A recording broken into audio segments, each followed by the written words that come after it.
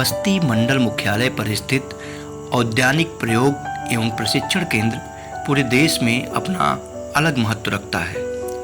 यह वही केंद्र है जिसने विश्वविख्यात आम्रपाली व गौरजीत जैसी प्रजातियों को विकसित करने में अपनी भूमिका निभाई। यहाँ से तैयार की गई फलों की नर्सरी देश के कोने कोने में जाती है। औद्यानिक प्रयोग एवं प्रशिक्षण केंद्र की स्थापना सन 1957-58 में एक शोध केंद्र के रूप में हुई। शोध का यह सिलसिला साल 1980 तक खूब चला। इस केंद्र ने एशिया भर में अपने शोध का लोहा भी मनवाया। 90 के दशक में इसका स्वरूप धीरे धीरे बदलने लगा और कृषि विशेषज्ञ केंद्र पर संकलन का कार्य भी करने लगे। इसका परिणाम रहा केंद्र पर आम, आंवला, बेल, लीची, नींबू, संतरा, मौसमी, अनार तथा केला की अनेकों प्रजातियां विकसित हुईं। इस बीच आम्रपाली को प्रस्तुत कर इस केंद्र ने अपना अलग ही स्थान बना लिया। पूर्वांचल में सबसे कम स्थान घेरने व कम समय में पैदावार देने वाली इस प्रजाति को ही आम्रपाली नाम दिया गया। इसके अलावा आम की टॉमी एडकिंस व सेंसेशन प्रजाति भी यहाँ की महत्वपूर्ण संकलन में शुमार है। ठंड प्रदेश के उत्पाद नाशपाती व आड़ू की भी इस केंद्र से सफलतापूर्वक खेती की जाती रही है। बीते कुछ साल पहले इजराइल सरकार ने भारत सरकार के साथ एक समझौता किया, जिसके तहत वह अपनी अत्याधुनिक कृषि तकनीकों को भारत में किसानों के साथ साझा करने का फैसला लिया।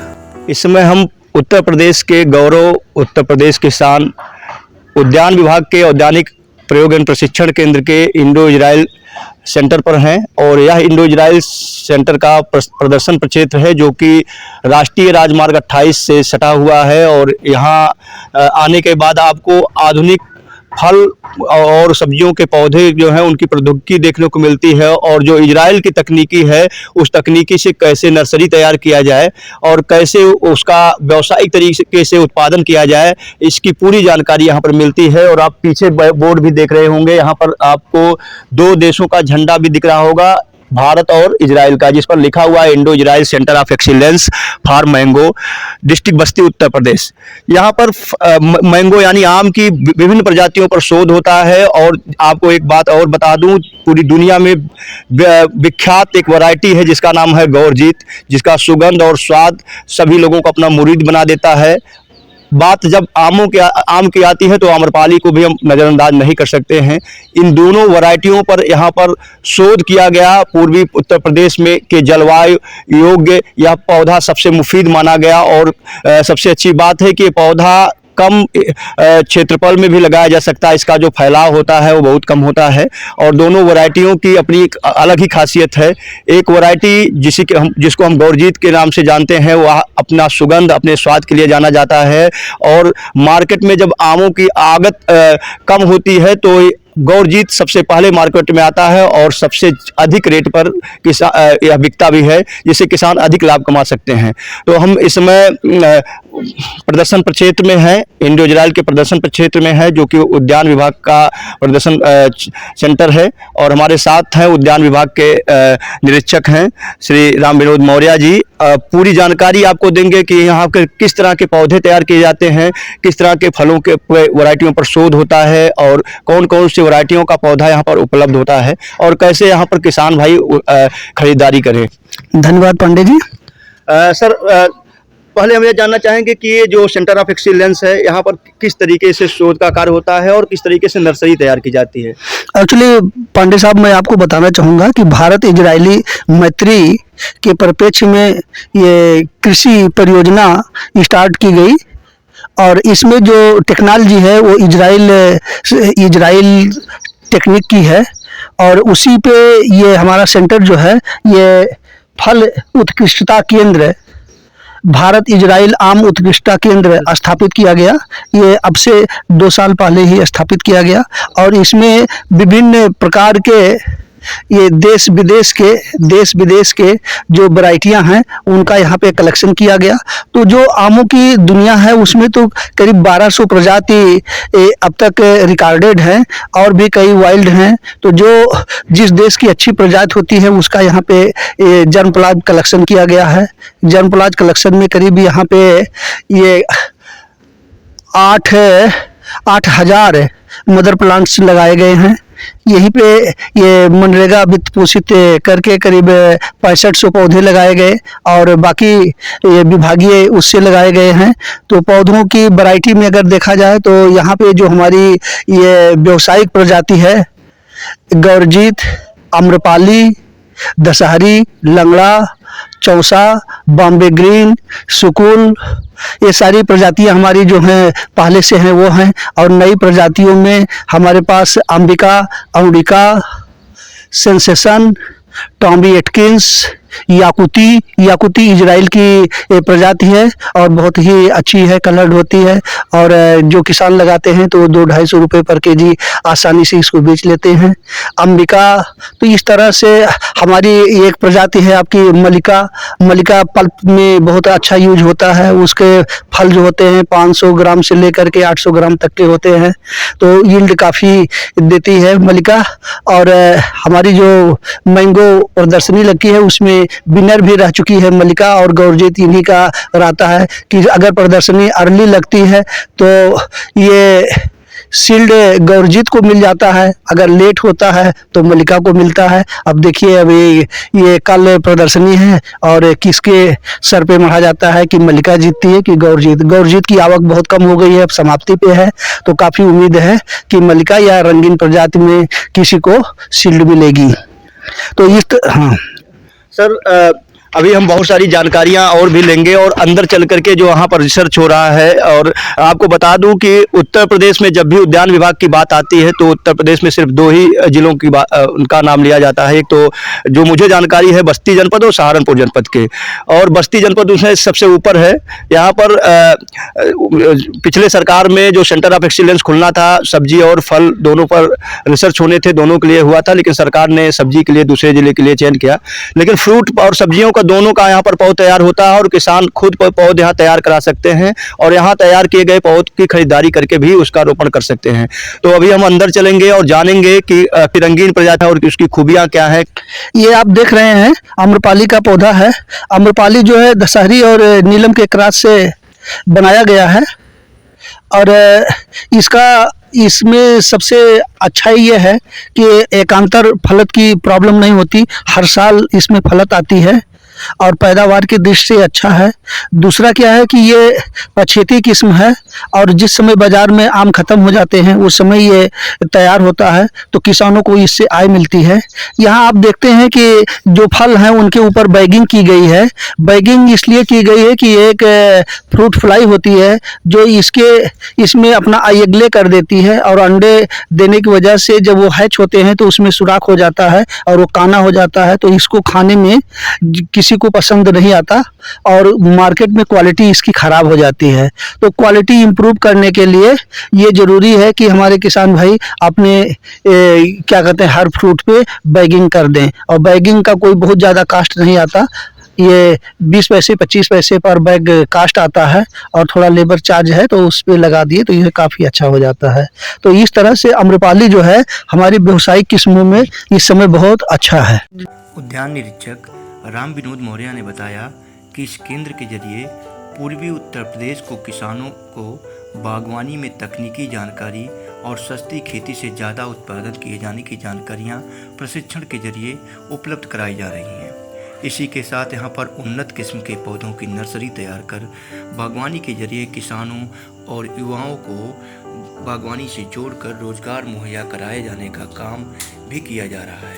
इस केंद्र के जरिए किसानों को मार्केटिंग और प्रोसेसिंग की जानकारियाँ भी दिए जाने का काम किया जाता है। ये रोमानी वैरायटी है और ये पिकल्स के पर्पज से भी यूज होती है और इसके फल छोटे होते हैं और इसमें फाइबर नहीं रहता, गुदा ही रहता है, फाइबर नहीं रहता, रेशा नहीं रहता, इसलिए ये लोग इसको पसंद करते हैं। ये कमर्शियल वैरायटी में जिसको लंगड़ा कपरी कहते हैं, ये पूर्वी उत्तर प्रदेश का बहुत अच्छी वैरायटी है और इसी को स्पेशली बनारस साइड में लंगड़ा बोलते हैं, और वैसे लंगड़ा कपूरी दोनों ही एक नाम से ये रिकॉर्डेड है। ये मध्यम में उसमें प्रजाति में आता है, और इसका प्रति इकाई उत्पादन अच्छा होता है, और पल्प वैरायटी है, इसमें गूदे खूब होते हैं, और साइज जो शेफ अच्छा होता है, छिलका पतला होता है। थोड़ी एक ही वो है कि इसमें चोंप, इसके हेड पे चोंप होता है, तो चोंप की वजह से जब ये अच्छा पक जाता है तभी खाने में अच्छा रहता है। इजराइल द्वारा बस्ती जिले के उद्यान विभाग के मुख्य केंद्र बस्ती व प्रदर्शन क्षेत्र बंजरिया का चयन इसीलिए किया गया है, जहां हाईटेक तरीके से पौधशालाओं की स्थापना कर उसमें विभिन्न किस्मों के सब्जियों के पौधे व फलदार पौधों की नर्सरी तैयार कर किसानों को मुहैया कराए जाने का काम किया जा रहा है। इस केंद्र को खेती के हाईटेक संसाधनों से लैस किया गया है। फल उत्कृष्टता केंद्र बस्ती द्वारा फल एवं सब्जियों के उत्पादन में वृद्धि के लिए पूर्वी उत्तर प्रदेश के किसानों को उन्नतशील पौधे, हाईटेक नर्सरी, पॉली हाउस व नेट हाउस के जरिए तैयार कर उपलब्ध कराए जा रहे हैं। इस केंद्र पर देश विदेशों के उन्नतशील प्रजातियों का संकलन कर उनकी नर्सरी तैयार किए जाने का काम भी किया जा रहा है। वेंटिलेटेड है, आप देख रहे हैं कि इसमें शावर लगे हुए हैं, ड्रिप इरिगेशन सिस्टम लगा हुआ है, ये नीचे ड्रिप सिस्टम लगे हुए हैं। तो इसका सबसे मेन लाभ ये है कि जैसे ओपन में आप जो काम नहीं कर सकते वो कंट्रोल कंडीशन में काम कर सकते हैं, और पौधों का जो ये प्रसारण है वो आसान हो जाता है। अब यहाँ आप जानते हैं कि पौधों का ग्रोथ जो होता है वो एपिकल से होता है, और ग्राफ्टिंग में दो कंडीशंस बनती हैं, एक आपका रूट स्टॉक होता है, दूसरा साइन होता है। रूट स्टॉक बीजू पौधा हमारा होता है, और साइन जो होता है वो जो नॉन वैरायटी रहती है जिसके प्रोजनी रिकॉर्डेड आते हैं उनका हम साइन ले लेते हैं, और उन साइन को ला करके क्लैंप विध से ग्रेफ्ट करते हैं, और ये पौधा तैयार होता है। जैसे कि आप यहाँ देख रहे हैं, ये कवर में हटा दिया, यहाँ पे ये हमारा रूट स्टॉक हुआ, और ये हमारा साइन हुआ, और इसको यहाँ पे जोड़ा गया है, और जोड़ करके प्लास्टिक से बांध दिया गया है। इसको कैपिंग कर देते हैं। कैपिंग करने से ये है, टोपी ये लगा दिए प्लास्टिक का, इससे ये फ़ायदा है कि यहाँ का टेम्परेचर बढ़ जाता है और कलेक्सेशन होता है। कलेक्सेशन होने से ये सेल डिवीज़न फास्ट हो जाता है, और पौधे का ये अग्रभाग डेवलप होता है, और पौधा हमारा चल जाता है। अगर ऐसा टेम्परेचर अगर बढ़ गया तो हम फागर चला देते हैं, तो उससे टेम्परेचर कम हो जाता है जी। जैसे ये समय आप इसमें देख रहे हैं कि थोड़ा टेम्परेचर बढ़ा हुआ है। अब चूँकि आज संडे है तो फागर नहीं चल रहा है, लेकिन अगर फागर चला दिया जाए तो करीब 4-5 डिग्री सेंटीग्रेड टेम्परेचर डाउन हो जाता है। जैसे आप कूलर चलाते हैं तो क्या होता है कि गर्मी में आपको थोड़ा आराम मिलता है और टेम्परेचर कम हो जाता है। सर जी, मैं ये जानना चाह रहा था, जैसे वो नेचुरल वेंटिलेटेड पॉली हाउस है और ये नोटलान है, इन दोनों में क्या अंतर है? इसमें क्या, उसमें क्या लाभ है, यहाँ क्या? हाँ मिस्टर जी, आपका क्वेश्चंस बिल्कुल बहुत अच्छा है। देखिए, वो नेचुरल वेंटिलेटेड है, यानी प्राकृतिक रूप से हवादार है, उसमें भी आपके सारे सिस्टम लगे हैं। खाली आप यहाँ देखेंगे तो ये एक प्लास्टिक नहीं लगा है, यहाँ पे केवल जाली लगा हुआ है। तो ये कंट्रोल कंडीशन में नहीं है, ये ओपन कंडीशन में है। लेकिन इसकी अच्छाई ये है कि इसमें ये क्या कहते हैं, जितने हमारे फ्लाई हैं या छोटे मोटे मच्छर और ये सब हैं, ये सब नहीं आते। तो इनकी वजह से प्लांट हेल्थ जो है काफ़ी अच्छा रहता है और बीमारियों का कोई फैलाव नहीं होता, और ये सस्ता पड़ता है। जैसे उसका कास्ट जो है और इसका कास्ट है, दोनों में आधे का अंतर है। तो ये किसान के लिए सस्ता पड़ता है, और ये ओपन कंडीशंस में बहुत अच्छा होता है। अच्छा, चूँकि हम लोग प्रकृति के मामले में बहुत धनी हैं, हमारे यहाँ रबी खरीफ जायद तीनों मौसम है। तो खाली एक रबी मौसम में हमारा थोड़ा टेम्परेचर डाउन होता है, तब हमें पॉली हाउस की आवश्यकता पड़ती है। अन्यथा हमारा खरीफ और जायद बिना पॉली हाउस के चल सकता है। तो 8 महीने हम नेट लॉन से काम कर सकते हैं। तो इसलिए जो हमारे छोटे किसान हैं या जो उतना पूंजी नहीं लगाना चाहते, उनके लिए नेट लॉन बहुत अच्छी चीज़ है। इसमें वो सारी अपनी फसलें ले सकते हैं। और इसका जो खर्चा आप देख रहे हैं तो अमूमन 1200 रुपये वर्ग मीटर का खर्चा आता है, और जिस पे ये नेटलान का। हाँ EMIDH योजना में 50% सब्सिडी है।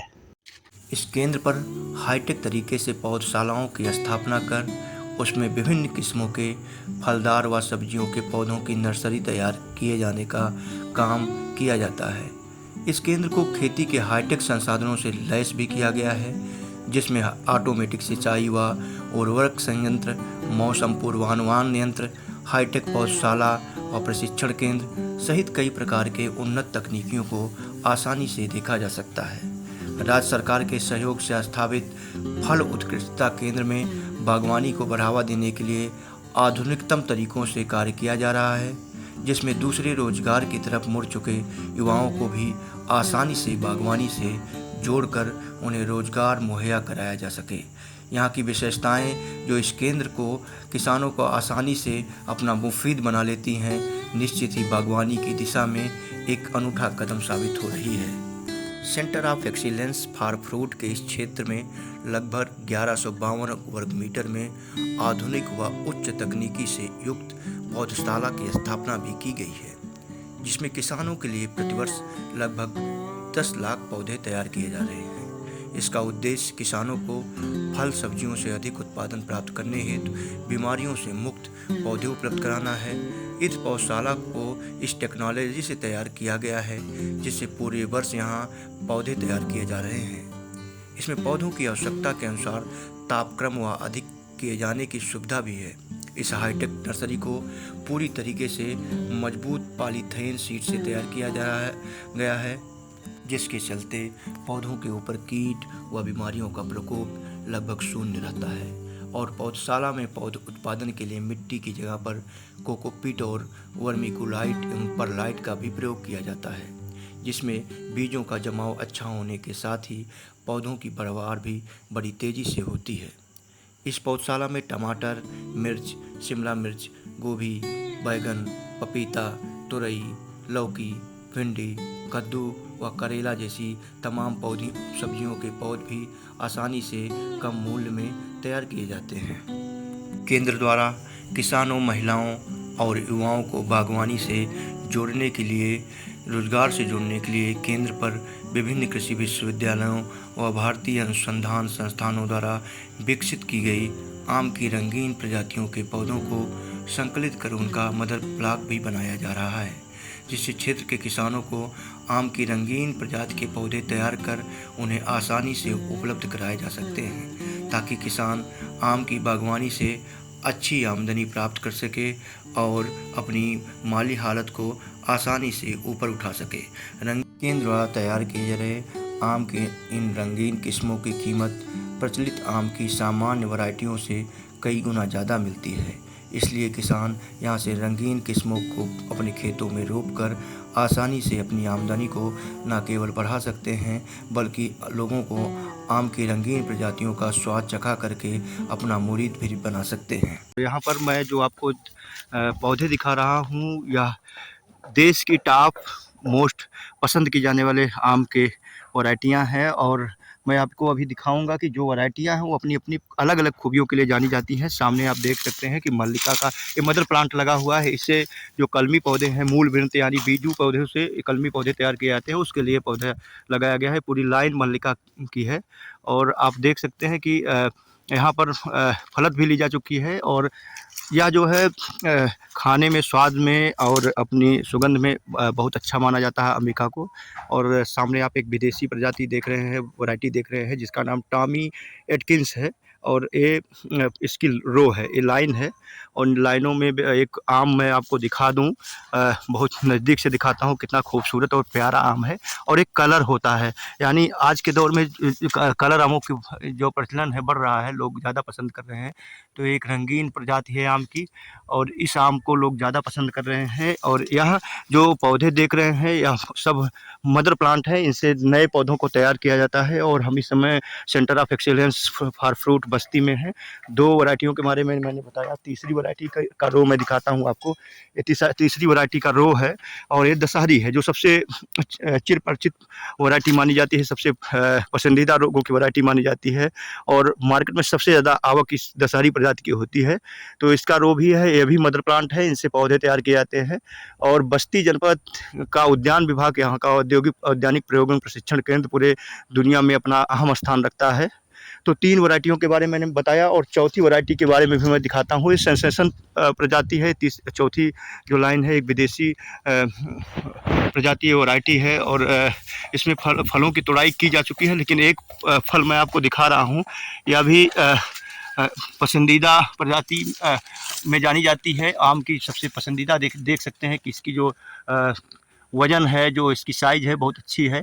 दशहरी से मिलता-जुलता साइज़ है। तो इसको भी अपने खेतों में किसान भाई रोप सकते हैं और इसकी ये रो है। ये भी मदर प्लांट है, इनसे पौधे तैयार किए जाते हैं और देखिए पौधों को तैयार करने के लिए, कलमी पौधों को तैयार करने के लिए इनकी पत्तियाँ काटी जा चुकी हैं और इनको फिर मूल वृंत में ले जा कर के जोड़ दिया जाता है पॉली हाउस या नेट हाउस में। तो आपको मैंने 3 वैरायटी बताई, 4 वैरायटियाँ बताई हैं मैंने, अंबिका, टॉमी एटकिंस, दशहरी और सेंसेशन। अब मैं आपको 5वीं वैरायटी के बारे में फिर बता रहा हूँ। यह भी दशहरी की रो है और दशहरी, जैसा कि सभी लोग जानते हैं कि दशहरी सबसे पसंदीदा लोगों की प्रजाति है, वैरायटी है। और देख सकते हैं दशहरी का एक फल है और कितना प्यारा फल लगा हुआ है और मैं आपको हाथ में पकड़ के भी दिखा रहा हूँ। ये दशहरी की वैरायटी है। दशहरी में साइज मौसम के ऊपर निर्भर करता है, तो साइज़ बड़ी भी होती है, मध्यम भी होती है। आपने इसको दशहरी का जो मदर प्लांट है देखा। और एक चौथा जो प्रजाति है बॉम्बे ग्रीन, बॉम्बे ग्रीन भी बहुत पॉपुलर प्रजाति है और इसकी रो देख लीजिए दूर तक बनी है। ये भी मदर प्लांट है, इससे भी पौधे तैयार किए जाते हैं। और जो पूसा सूर्या है उसकी लाइन आप रो देख सकते हैं। तो मैंने अभी आपको जो वैरायटियाँ हैं वो मैंने आपको बताई। 7वीं वैरायटी है पूसा सूर्या, इसको भी देख सकते हैं और इसका फल भी मैं आपको दिखाना चाहूँगा। और इसकी सिंचाई देखिए टपक विधि से होती है। तो ये जो वैरायटी की बात मैं कर रहा था, इसके फल हैं, आप देख सकते हैं इसमें कितनी अच्छी फलत है। इस फलों की साइज़ आप देखिए, मैं क्लोजअप करके दिखा रहा हूँ फलों की साइज़। ये फलों की साइज़ है, तो इन पौधों को भी आप रोप सकते हैं और इसकी सघन बागवानी भी की जा सकती है। यानी पौधों को ज़्यादा दूरी पर लगाने की ज़रूरत नहीं होती है सघन बागवानी में। तो मैंने आपको जो वैरायटियाँ दिखाई हैं, जो दिखा रहा हूँ, या किसान भाई लगा करके व्यावसायिक रूप से इसका उत्पादन कर सकते हैं। और जो मैं अगली वैरायटी दिखाने जा रहा हूँ उस पूसा सूर्या के बाद, वह वैरायटी जो है एक कलर वैरायटी है, सेंसेशन। जैसा कि मैंने पहले भी आपको बताया है, इसकी रो है और इसमें आप देख सकते हैं एक कलर फ्रूट भी लगा हुआ है।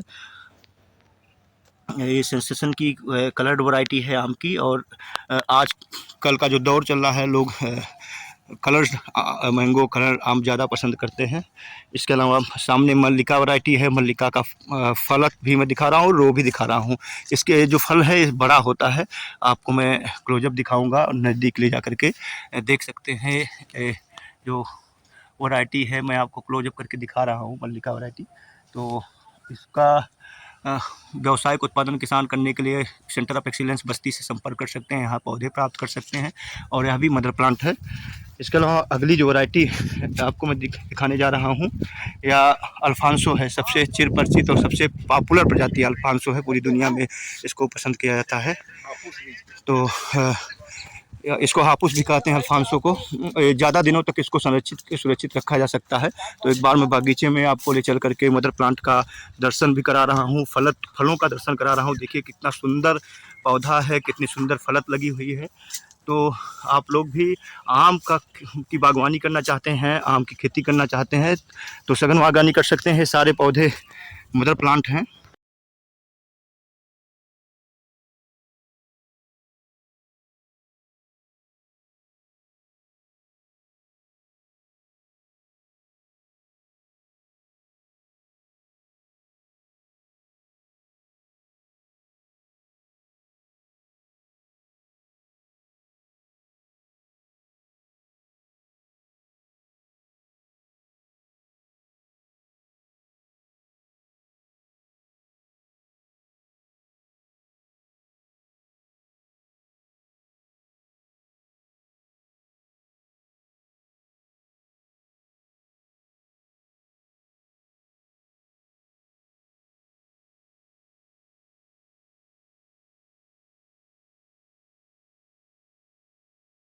केंद्र में नेचुरली वेंटिलेटेड पॉली हाउस की भी स्थापना की गई है, जो 2016 वर्ग मीटर में फैला हुआ है।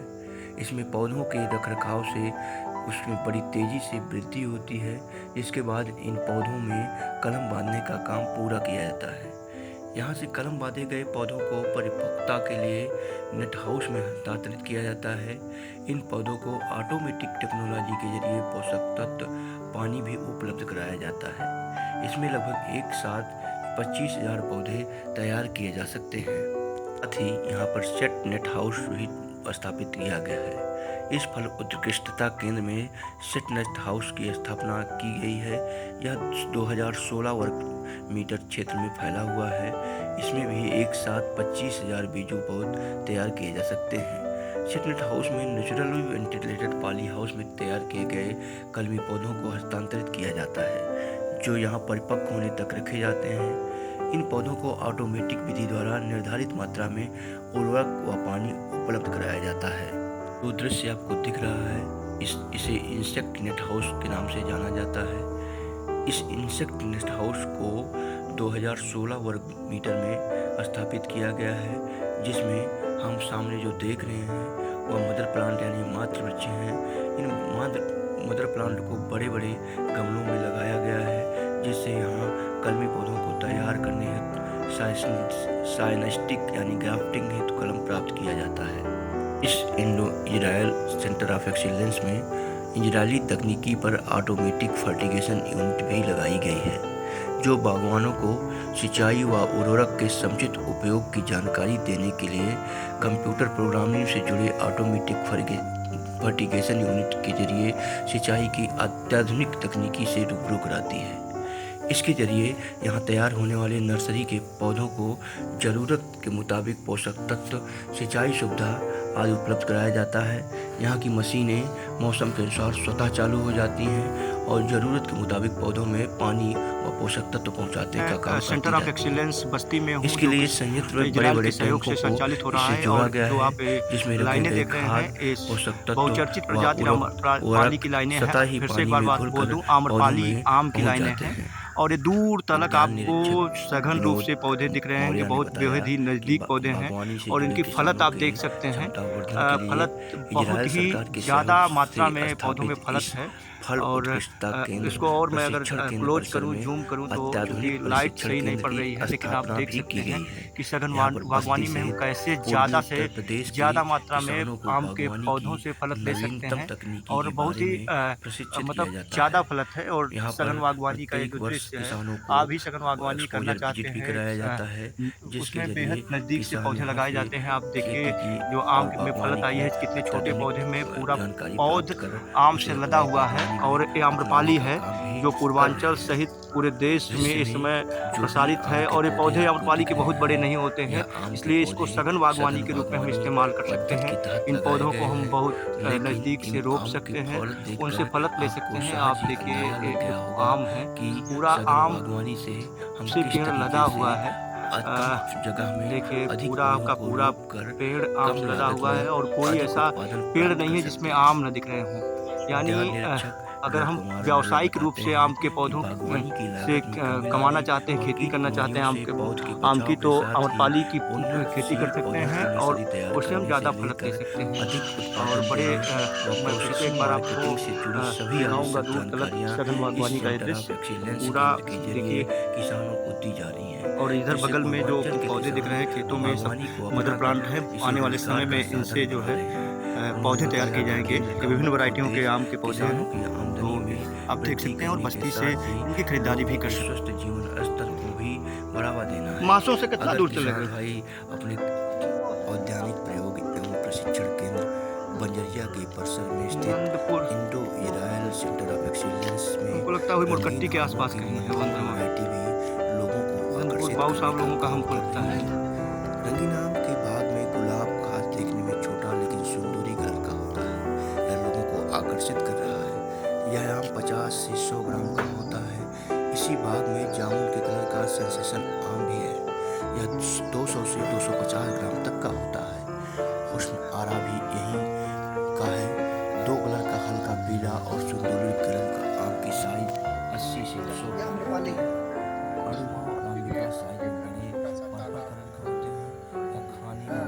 छोड़ दीजिए। आकर्षक होता है। रंगीन आम की यह प्रजातियां ICAR, Indian council of agriculture research और CIS institute of tropical horticulture के द्वारा विकसित की गई है। लेकिन यहाँ की नर्सरी में कृषि वैज्ञानिकों ने इनामों के लाए गए एक एक पौधे से कलम तैयार करके इजरायली तकनीक के सहारे अब तक लाखों पौधे तैयार कर लिए। बस्ती के बंजरिया में high tech nursery Banjariya Indo Israel project के तहत यहाँ पर रंगीन आमों की जो नर्सरियाँ तैयार की जा रही हैं उसे किसानों को उपलब्ध कराया जा रहा है, जिससे वह रंगीन आमों की फसल तैयार कर अपनी आमदनी को बढ़ा सके। उद्यान विभाग के Indo Israel centre of excellence की इस बगिया में देसी विदेशी आम का संगम है। देसी में आम्रपाली, मल्लिका, बनारसी, मलिहाबादी, लंगड़ा आम यहाँ की खासियत को और बढ़ा देता है, तो विदेशी में कंबोडियाना, कैरावा, इंडोनेशिया, इजरायल, माया प्रजाति के रंगीन आम भी पाए जाते हैं। अल्फांसो प्रजाति का आम यहाँ की सबसे बड़ी खूबी है। बस्ती के बंजरिया फार्म की हाईटेक नर्सरी में आम की 20 से ज़्यादा वैरायटियों की पौध की बिक्री हर साल की जाती है। इंडो इजरायल प्रोजेक्ट के तहत यहाँ से तैयार होने वाले उच्च क्वालिटी के आम के पौधों की पूर्वांचल में ही नहीं बल्कि मध्य प्रदेश, पश्चिम बंगाल और देश के तमाम राज्यों में बिक्री की जाती है। यहाँ फल की नर्सरी के साथ ही किसी भी मौसम में सब्जियों की पौध भी तैयार कराई जा सकती है। इस वजह से सब्जी का बाजार रेट अच्छा मिल जाता है, उसी का ही सब खेल है।